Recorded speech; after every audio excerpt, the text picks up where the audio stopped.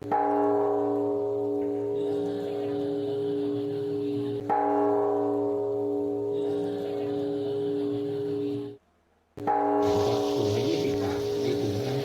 very large Chinese temple is in central Thailand in Phitsanolok province, and it's on the left side of Somoklang Hill as you're travelling down Superhighway 12 from Phitsanolok to Wang Tong.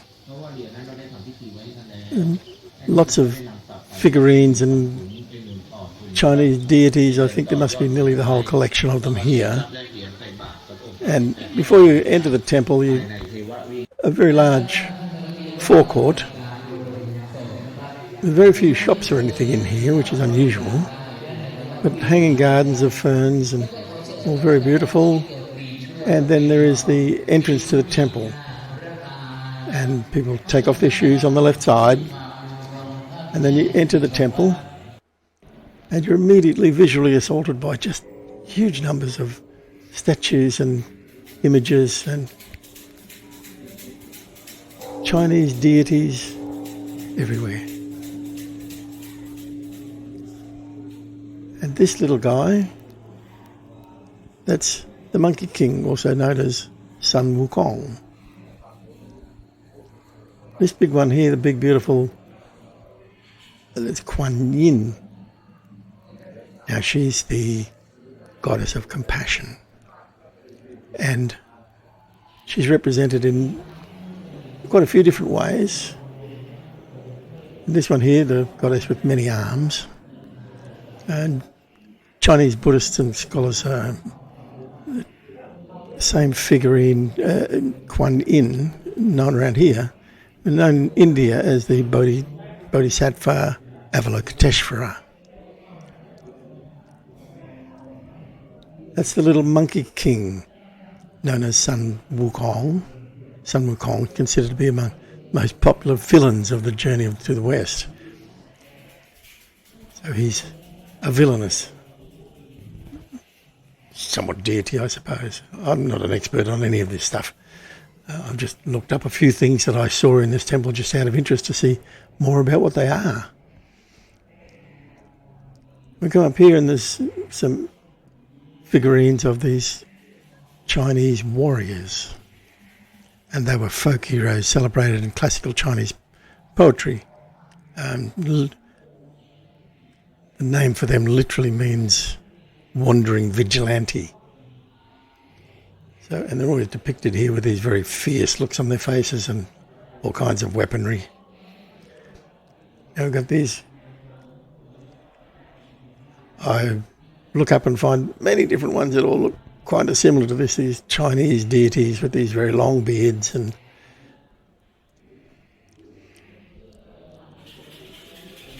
one of these very old looking Chinese deities with the long beard is the god of longevity, and of course there's gods of luck and gods of wealth, and offerings made to all these various ones will give you various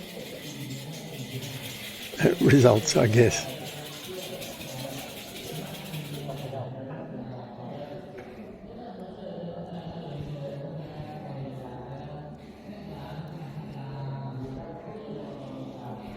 This old gentleman here, I think that's the longevity character.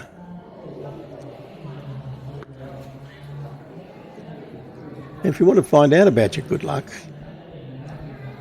and you're there giving your offerings and your prayers, you can also take this bamboo cup, and there's all these bamboo sticks in it with numbers on each one.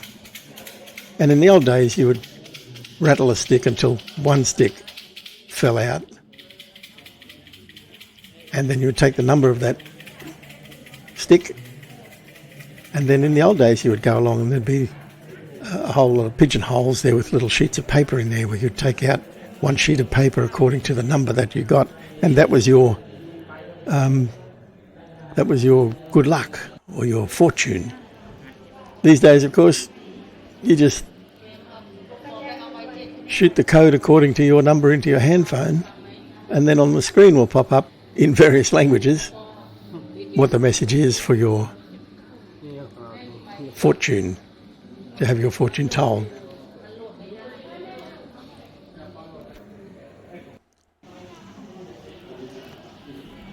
There's a bewildering variety of these small figurines, all of them for sale, of course, and you can take home whichever one.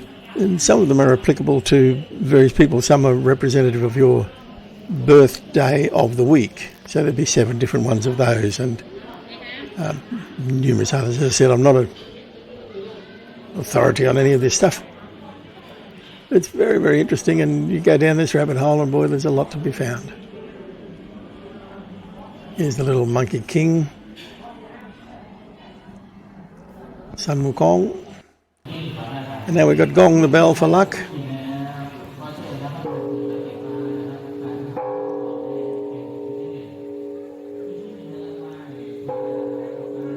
So that seemed like a pretty good idea. So I decided I'll gong the old bell myself 3 times for good luck.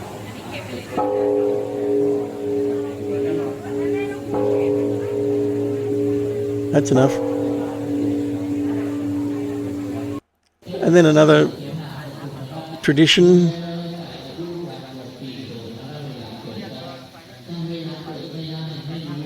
By taking these special pieces of paper, which apparently have the ability to attract and hold all the negative and bad luck that you might have attached to you, and sweep it away from your body like this. And then, once all of that negative bad luck and everything has been swept out of your body and contained in these little box thing, you can then, of course, incinerate the box.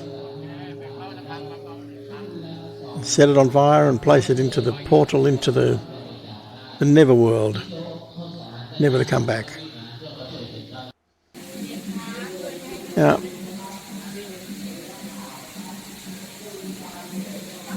the huge outdoor area is of course right up on the top where you get the best views, and that's where you come up to seeing this massive temple right at the top.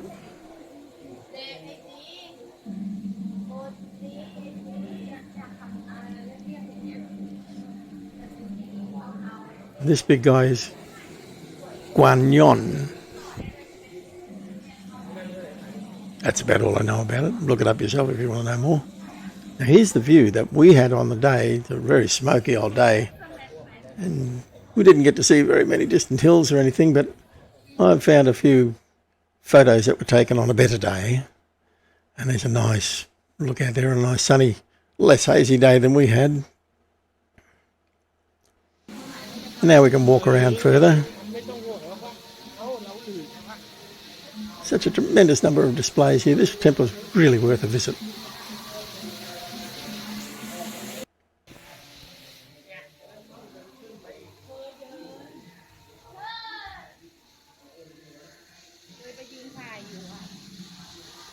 Everything just so colourful. It's visually just quite dazzling.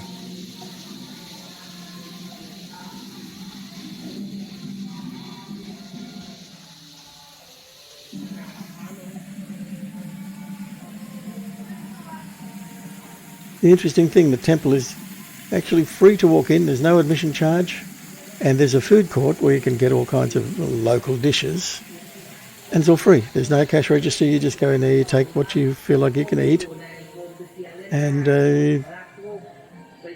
can eat as much as you want at no charge. So it's actually a free day out unless you choose to purchase some things, I suppose. But so now we have this room, and this is another Chinese deity here that seems to equate to some importance. And it's a fairly classic looking Chinese deity with the very stern face and the long black hair and the long beard. All very ornate clothing and stuff, but I couldn't pin down for sure what was the name of that one, but perhaps somebody out there might know better than I. I'm sure there is. Very beautiful furnishings in this room. This would be like a palace to the deity, I suppose. fantastic chandelier lights, and even ornate all the way up into the ceilings. Just fabulous.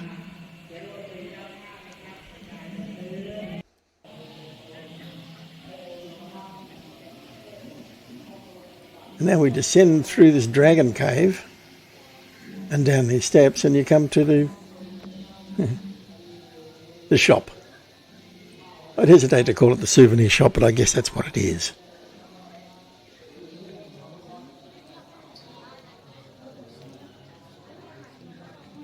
And you can wander around and shop to your heart's content. I've bought lots of little trinkets and things here.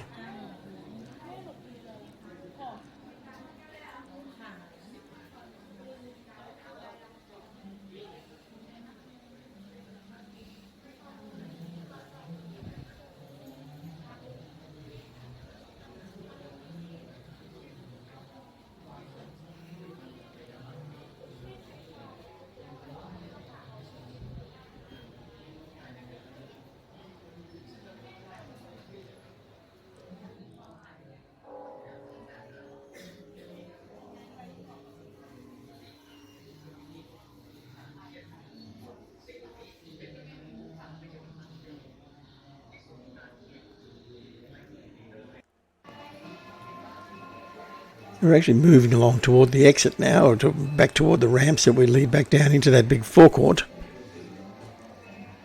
And there's all these kind of little bays or booths where there's more of these kind of little displays, and then these big figurines.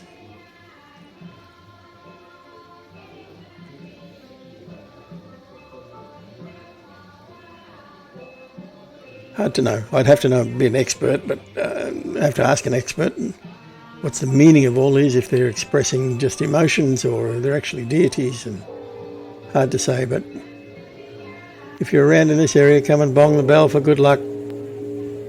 Definitely worth a visit. See you next time.